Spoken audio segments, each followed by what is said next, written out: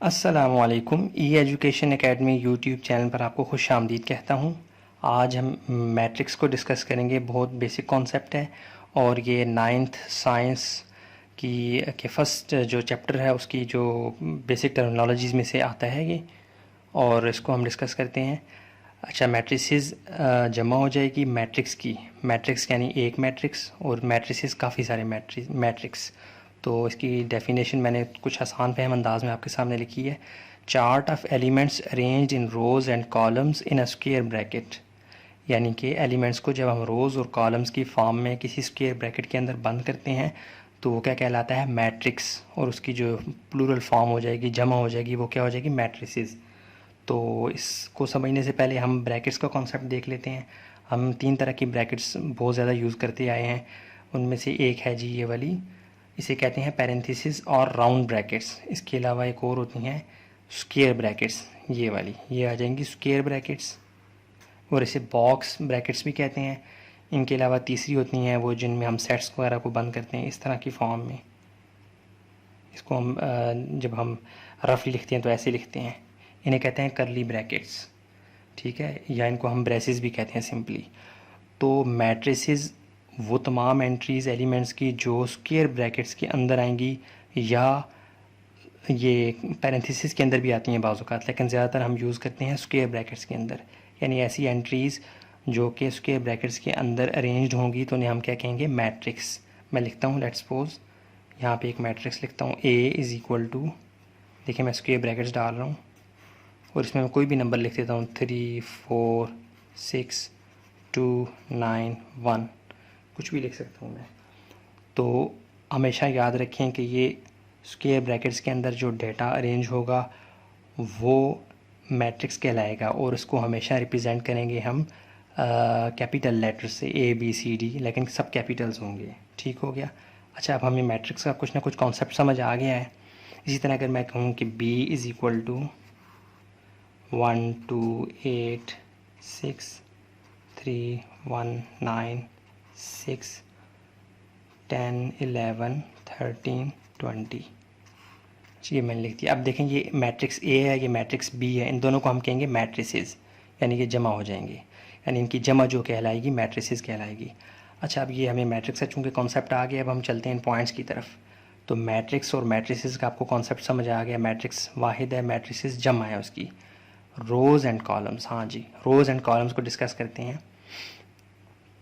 ये जो horizontal lines होती हैं, ये यानी कि जैसे हमारी ज़मीन है, ये क्या है, हॉरिजेंटल है, इनको कहते हैं रोज़। यानी मैं कह सकता हूँ मैट्रिक्स A की कितनी रोज़ हैं, 1 और 2 रोज़ हैं। और जो हॉरिजेंटल लाइन वर्टिकल लाइंस होती हैं, यानी कि हमारे खंबे वगैरह, बूथ वगैरह, ये क्या कहलाएंगी, ये कॉलम्स हो जाएंगे। ये क्या हो जाएंगे, कॉलम्स हो जाएंगे। इसकी कॉलम्स कितने हैं, 1 2 3 कॉलम्स हैं, और रोज़ कितनी हैं, 1 और 2, यानी 2 रोज़ और 3 कॉलम्स हैं। बहुत आसान है। यानी प्लस के निशान को अगर आप देखें तो ये जो प्लस का ये वाली लाइन होती है, ये कहलाएगी रोज़, और ये जो खड़ी लाइन होगी ये क्या कहलाएगी, कॉलम। ठीक हो गया। अच्छा जी, एलिमेंट्स या एंट्रीज़ किसे कहते हैं, मैट्रिक्स को रिप्रेजेंट करते हैं कैपिटल लेटर्स थे, उनके अंदर जो एलिमेंट्स आते हैं, जो नंबर्स आते हैं, उन्हें हम कहेंगे एलिमेंट्स या एंट्रीज़ कहेंगे। यानी 1 एक एंट्री है, एलिमेंट भी है, 2 एक एंट्री है और एलिमेंट भी है। यानी इसकी एंट्रीज़ की सारी आपके सामने हैं। ठीक है, यानी जो डाटा मैट्रिक्स के अंदर आ रहा होता है वो क्या कहलाता है, एलिमेंट्स या एंट्रीज़। आगे चलते हैं, स्क्वायर ब्रैकेट्स और पैरेंथेसिस का कॉन्सेप्ट मैं आपको शुरू में ही दे चुका हूँ। अच्छा, जनरल फॉर्म, हर इक्वेशन की एक जनरल फॉर्म होती है, मैट्रिक्स की भी एक जनरल फॉर्म होती है। इसको लिखा जाता है, लेट्स सपोज मैं इसको मैट्रिक्स M से रिप्रेजेंट करता हूँ। M इज़ इक्वल टू,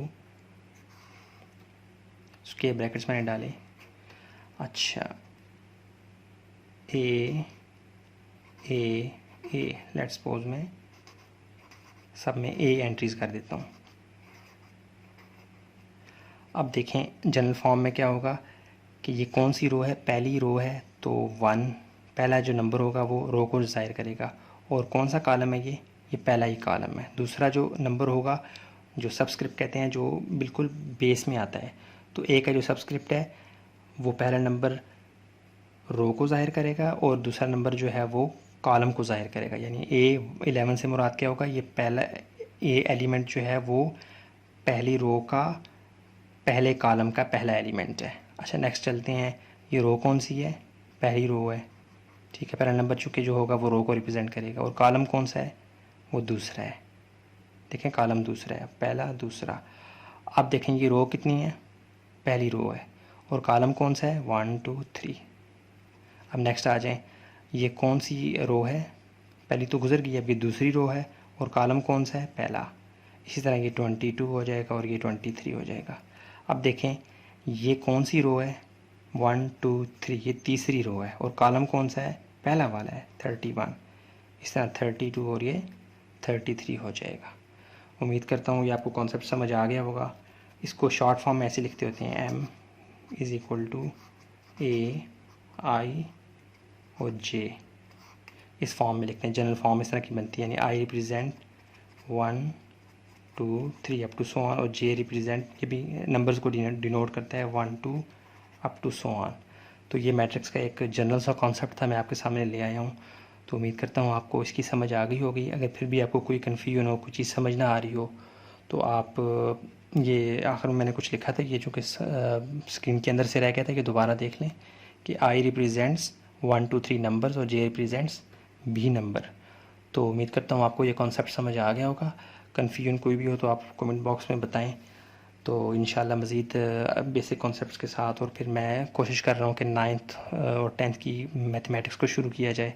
तो ये वाला कॉन्सेप्ट जो है वो 9th साइंस की पहले चैप्टर की आपकी कहने टर्मिनोलॉजीज़ में से है, बेसिक टर्मिनोलॉजी में से है। तो आप इसको अगर इसमें से गो थ्रू हो जाएंगे, इसको समझ लेंगे, तो आपके लिए एक्सरसाइज 1.1 समझना, आप फिर उस पहला चैप्टर पूरा समझना आसान हो जाएगा।